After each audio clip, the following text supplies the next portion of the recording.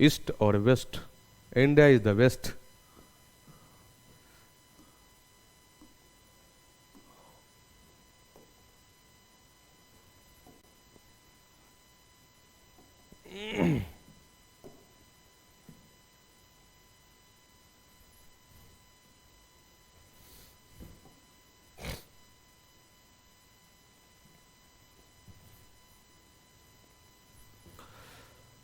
दोस्तों आज 26 of January है और आज है रिपब्लिक डे। तो हमने क्या सोचा कि इस दिन से बेहतर दिन कोई हो ही नहीं सकता जहां से हम अपनी स्पोकन इंग्लिश का शुरुआत करें, जहां से अपने बच्चों के लिए कुछ अच्छा करें। तो आज से आप सबों के लिए डे 1 सीरीज में प्रस्तुत है, प्रेजेंट करता हूं एक ऐसी दुनिया जहां पर इसके बिना इंग्लिश बिल्कुल अधूरी है। अगर इसको आप नहीं जानते हो तो you can not speak one word, आप बिल्कुल नहीं बोल सकते, है ना। ये मैं एक ऐसी रहस्य, एक ऐसी चीजें आपके साथ शेयर करना चाह रहा हूं जो जानता सब है लेकिन सही से उसको यूटिलाइज नहीं कर पाता है। तो डे फर्स्ट में आज इस जो चीजें मैं शेयर कर रहा हूं जिसका नाम है वर्ब फॉर्म्स। वर्ब फॉर्म्स अगर आप स्पोकन इंग्लिश सीखना चाहते हो, अपनी कम्युनिकेशन स्किल को बेहतर करना चाहते हो तो इसके बिना आप सोच ही नहीं सकते हो, राइट। तो हम आज से the very first class we are going to start verb forms. और आज का जो क्लास होने वाला, अच्छा इसमें हम क्या पढ़ने वाले हैं, सबसे पहले आप देखो यहां पर हम लोग इसमें 1000 प्लस वर्ब फॉर्म्स को कवर करने वाले हैं।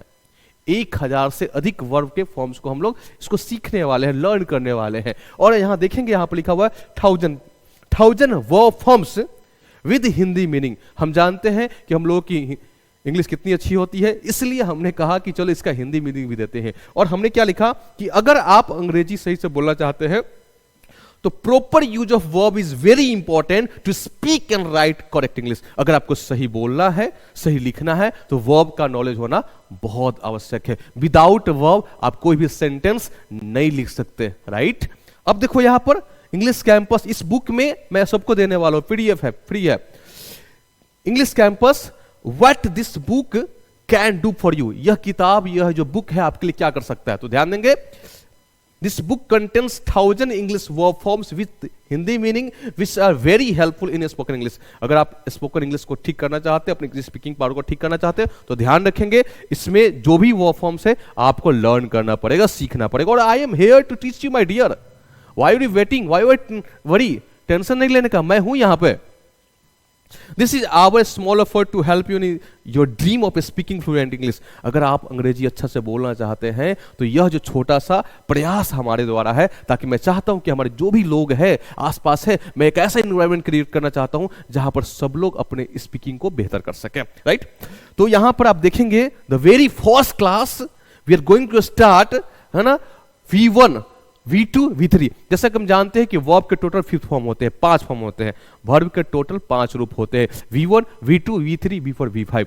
वर्ब जो हमेशा जो ओरिजिनल फॉर्म में होता है ना, बेस फॉर्म होता है, यह हमेशा प्लूरल होता है। वर्ब का जो 5th फॉर्म होता है वो हमेशा सिंगुलर होता है। अच्छा एक बात और कर सकते हो, जिस वर्ब के लास्ट में एस हो या ईएस हो वह सिंगुलर वर्ब होता है। मैंने क्या बोला, वन मोर टाइम रिपीट, जिस वर्ब के लास्ट में एस हो और ईएस हो तो वह हमारा सिंगुलर वर्ब होता है। अब वर्ब जो जन्म से ही, अपने जन्म से ही हमेशा मेन फॉर्म में रहता है जिसको हम कहते हैं प्लूरल फॉर्म। तो ध्यान दीजिएगा, हम यहां से आज की जो क्लास है कम से कम 20 वर्ब फॉर्म्स मैं यहां पर सीखने वाला हूं, राइट, और मैं सबको सिखाने वाला हूं, right. The very first Abyss, क्या आप इसको, इसका आर्टिकुलेशन क्या होगा, प्रोनाउंसिएशन क्या होगा, एबेस, एबेस्ड, एबेस्ट। इसको हिंदी में क्या बोलते हैं, लज्जित करना। अबेट, अबेटेड, अबेटेड, इसको हिंदी में क्या बोलते हैं, रोकथाम करना। अबाइड, इसका हिंदी क्या है, रहना या टिकना। जैसे हम कहीं रहते हैं या कहीं हम टिक गए, वहां पर टिक गए, उसको बोलते हैं, क्या बोलते हैं, गौर से देखो, अबाइड, अबाइड, अबोर्ड, अबोर्ड, क्या बोलते हैं, अबाइड, अबोर्ड, अबोर्ड, राइट। अगला है, नेक्स्ट वन इज ऑब्जर्व। किसी चीज को अगर सोख लेता है, आप यहां कुछ डाले और उसको वह अपने अंदर ऑब्जर्व कर लिया, है ना, कहते हैं। तो ऑब्जर्व, ऑब्जर्व्ड, ऑब्जर्व, इसको हम लोग कहते हैं सोख लेना। अगला है, किसी चीज को अगर आप स्वीकारते हैं तो उसको हम अंग्रेजी में कहते हैं एक्सेप्ट, कहते हैं accept, accepted, accepted, accept, accepted, accepted, इसको बोलते हैं। अगला है अकीड, अकीड, इसको बोलते हैं पीरा होना।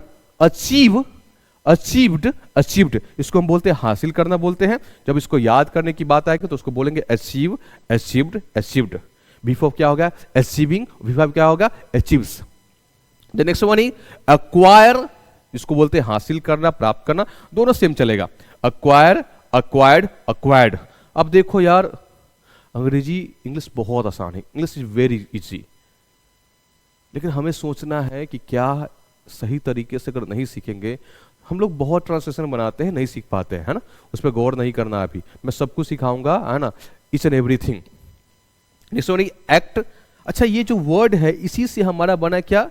इसी से जो हमारा कुछ शब्द बना है जो मैं अभी आपको बता रहा हूं, अब इसको गौर करेंगे, यहां पर देखेंगे, इससे मैं 2-3 वर्ड में अभी बनाऊंगा, आप यहां गौर कीजिएगा। इसी से हम, आप देखते होंगे इसको, इसी से हमारा एक्टर बनता है। राजा, इसी से हमारा, आप देखेंगे मेरे भाई, इसी से एक्टिंग बनता है ना। तो ध्यान दीजिए यहां पर, इस बात का गौर करेंगे। क्या है हमारा? एक्ट, एक्टेड, एक्टेड, अभिनय करना, ड्रामा करना, नाटक करना। अगला है activate, activated, activated, activate, activated, activated. मतलब क्या? कोई भी चीज को अगर हम सक्रिय अवस्था में रखते हैं, है ना, उसको बोलते हैं एक्टिवेट करना। Next one, actuate. कोई बंदा अगर बार बार किसी को बिना मतलब का कुछ पुल कर रहा है ना, पुश कर रहा है, तो उसको बिना मतलब का जो बात करता है उसको उकसाना बोलते हैं। That means actuate, actuated, actuated. मान लीजिए आपका कोई फ्रेंड है बगल में बैठा हुआ, उसको बार बार ऐसे ऐसे कर रहे हो, राइट, तो उसको आप उकसा रहे हो किसी चीज के लिए।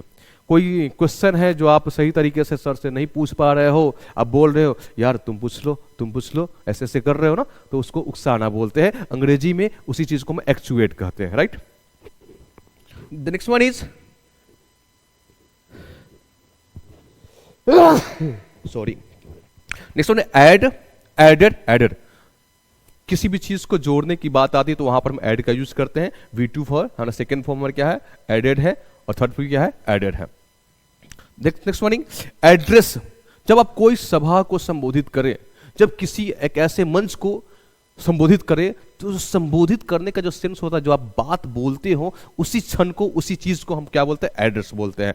एड्रेस, एड्रेस्ड और एड्रेस इसको बोलते हैं, ध्यान रखेंगे।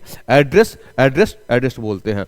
नेक्स्ट वन इज, अच्छा, जब कहीं आप जाते हैं और उस माहौल में आप ढल जाते हो, राइट, तो उसको हम क्या बोलते हैं? उसको हम बोलते हैं एडजस्ट बोलते हैं। आप सुनते होइएगा, इस माहौल में, इस इन्वायरमेंट में वो अपने आप को एडजस्ट कर लिया, है ना।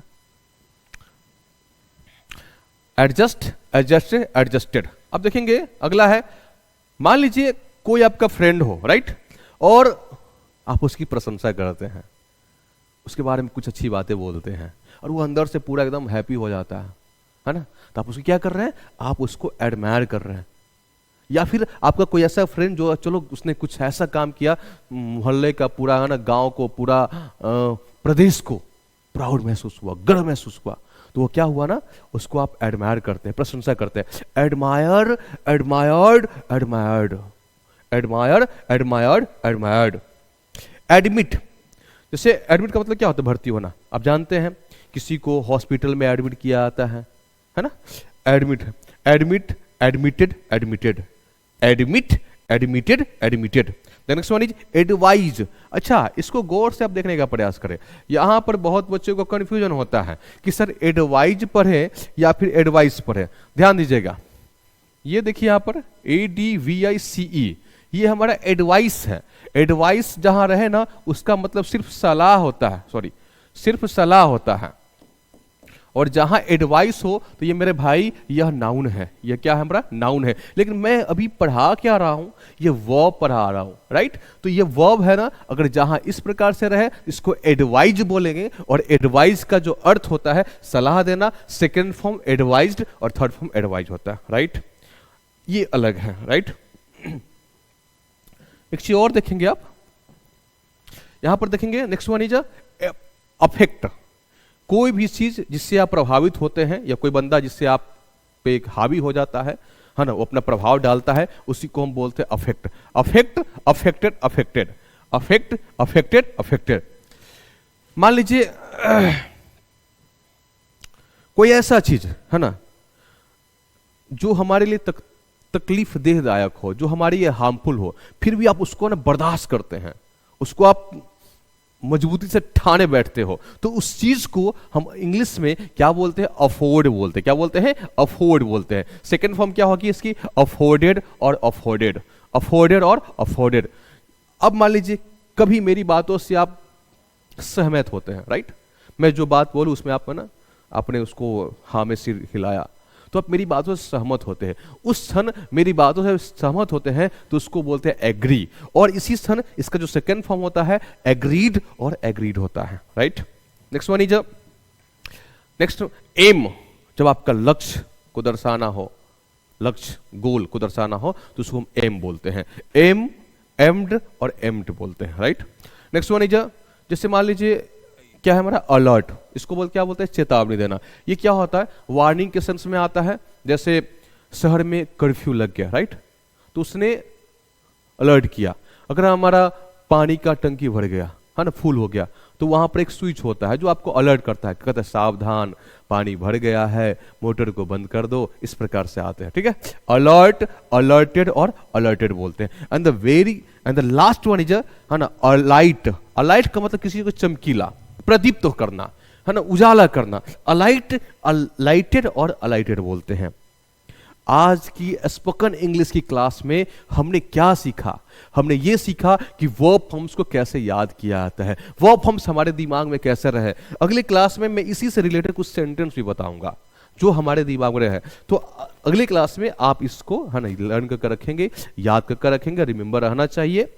और अगली क्लास में हम लोग मिलते हैं, तब तक के लिए बाय बाय, गुड बाय।